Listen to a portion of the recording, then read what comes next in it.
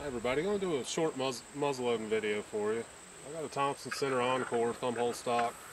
It's what they consider stainless steel, but it's not real stainless steel because it will rust. And the manufacturers will tell you real stainless steel can rust, but a good quality stainless steel ain't going to rust. Got some old guns by different manufacturers that are stainless that I've never had rust a day in my life. But anyway, I've been using this for several years now, and I had a tough time getting it to shoot to start out with. I went through everything, and I finally came up with a combination that actually shoots to what's, to what I deem appropriate. And but anyway, I'm going to show you what we got here. It's a 50 caliber muzzleloader. I'm shooting a Harvester 300 grain Scorpion PT Gold inside the Harvester cross rib sabot, and it's the 50 caliber sabot to accommodate the 45 caliber bullet, and that's 300 grain Scorpion with a polymer tip. Using Blackhorn 209 powder, which is just unbelievable. It's awesome.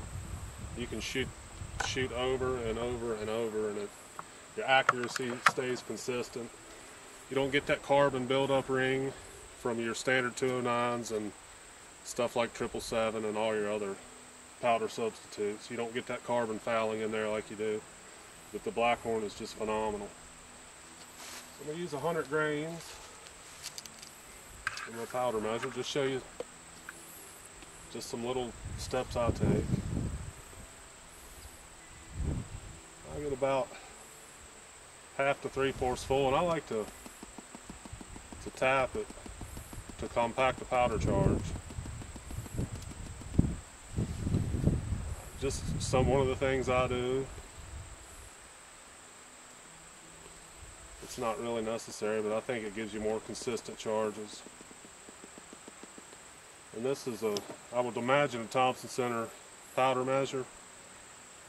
And this top piece is hinged on there. You just slide it across. So the muzzleloader is currently empty. And your first step using this system that I have here is you measure and dump your powder charge.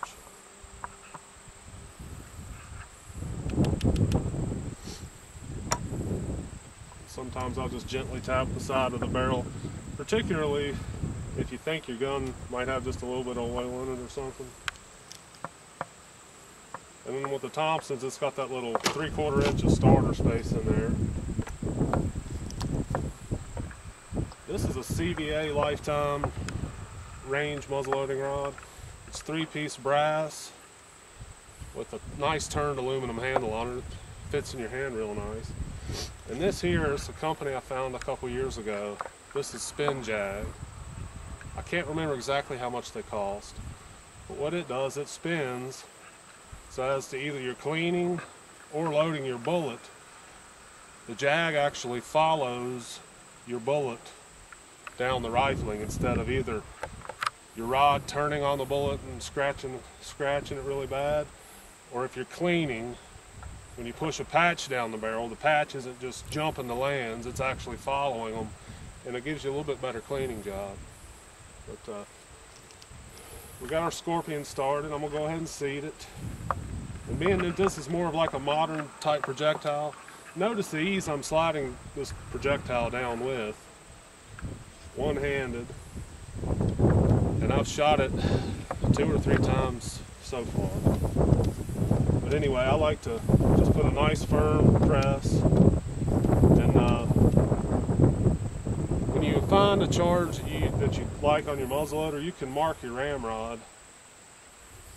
Take either a black Sharpie or a little paint stick, or even maybe a knife, and scratch a groove in there if you're worried about it coming off. But anyway, I'll use me a range rod and my traditional ramrod when I'm bench shooting a lot of times. One for cleaning, one for loading. This is a special Spin Jag ramrod and the Spin Jag. You can get them, I'm not sure which all muzzleloaders they make them for, but I'm sure they'll cut them to length for you. I'll show you how this one fits, but this is made for the Thompson Center. And it fits and nothing protrudes the end of the barrel. It's a perfect fit. So I got her bullet seated, and I will get back on the bench and shoot.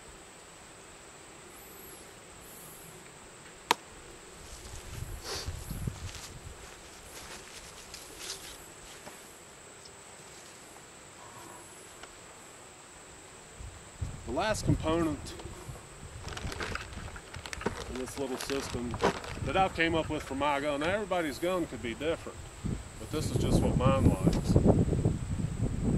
The last component is CCI, the 209M shot shell primers, or Magnum primers. And with that Blackhorn, you need a real hot primer to ignite it well. And I've tried all the different primers with this combination, and this yields the best results. So on the Thompson Center, you just pull in on the trigger guard and the gun breaks down. You don't want to touch the end of the primer or you can contaminate it. Slide it in, lock the barrel back.